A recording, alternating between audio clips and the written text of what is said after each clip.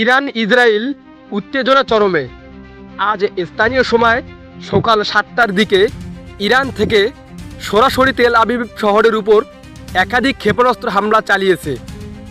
Israeli সামরিক বাহিনীর দাবি, তাদের বিমান প্রতিরক্ষা ব্যবস্থা কয়েকটি মিসাইল আটকাতে সক্ষম হলেও অন্তত 3টি ক্ষেপণাস্ত্র তেল আবিব শহরের কেন্দ্রীয় অঞ্চলে আঘাত হানে।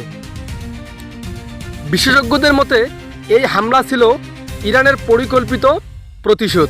প্রত্যক্ষদর্শীদের ভাষ্য অনুযায়ী তেল আবিবে বিস্ফোরণের শব্দ পুরো শহর কেঁপে ওঠে।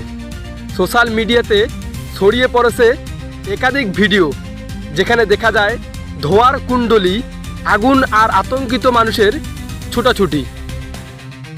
ইসরায়েলি প্রতিরক্ষা মন্ত্রণালয় জানিয়েছে তারা অবিলম্বে পাল্টা হামলার প্রস্তুতি নিচ্ছে। যুদ্ধ বিমানগুলো স্ট্যান্ড বাই মোডে রাখা হয়েছে। মধ্যপ্রাচ্যে নতুন করে বড় ধরনের যুদ্ধের আশঙ্কা দেখা দিয়েছে।